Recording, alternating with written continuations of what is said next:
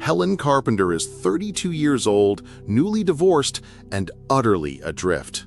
Once, she believed she had the perfect life, but her marriage collapsed, leaving her heart bruised and her confidence shattered. On what would have been her 6th wedding anniversary, she realizes she cannot keep living in the shadow of her pain. Searching for something new, something that might shake her out of this numb existence, Helen makes a bold decision. She signs up for a survival course on the Appalachian Trail. For 3 weeks, she will leave behind the noise of her past and push herself into the wilderness, hoping that somewhere in the quiet of nature, she might rediscover herself. But the wilderness holds surprises she never expected.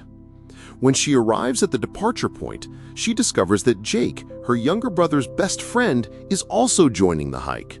He is younger, full of optimism, and maddeningly confident. Helen immediately tells him to pretend they do not know each other. To her, this trip is about escape, not about familiar faces. But the truth is that fate has placed Jake there for a reason. The group she joins is as diverse and chaotic as the trail itself. There is Wendy, the eternal optimist, whose energy never fades. Hugh, a salesman who secretly dreams of becoming an actor. Mason, a tightly wound banker obsessed with rules and order. Sue, a woman searching for spiritual clarity and something beyond herself. At first, Helen feels out of place with these strangers, but slowly their unique personalities begin to teach her lessons she didn't know she needed. The trail itself is unforgiving. The hikers struggle with aching feet, blisters, exhaustion, and unpredictable weather.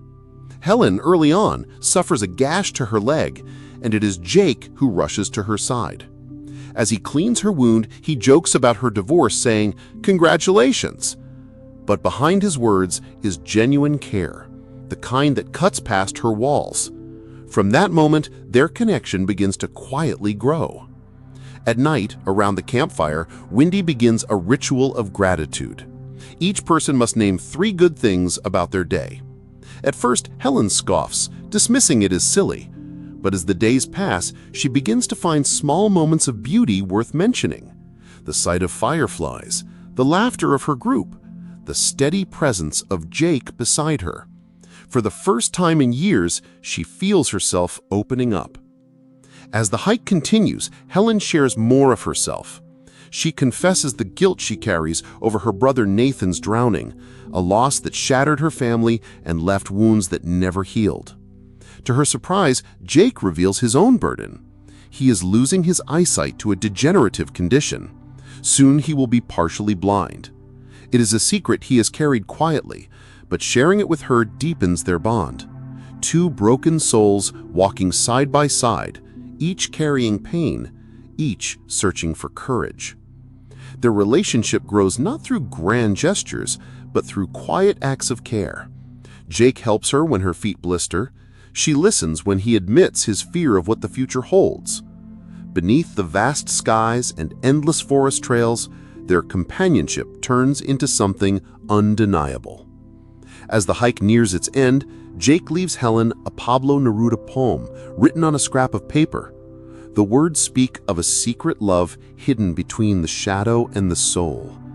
When Helen reads it, she realizes what she has been denying all along. This trip was never just about finding herself. It was about finding the love and hope she thought she had lost forever. Back home, Helen reconnects with her grandmother, Gigi, who raised her, and with her estranged brother Duncan, who she had hurt in the past. Slowly, she begins to rebuild not only her life, but her relationships. The final turning point comes at Gigi's birthday celebration when Jake arrives. He looks into her eyes and tells her that he cannot waste any more time waiting. With all her walls gone, Helen finally lets herself feel. She kisses him, a kiss filled with healing and new beginnings. Happiness for Beginners is not just a romantic drama. It is a story about rediscovering gratitude in the smallest moments, about facing the wilderness within yourself, and about learning that sometimes love comes quietly walking beside you until you're ready to see it.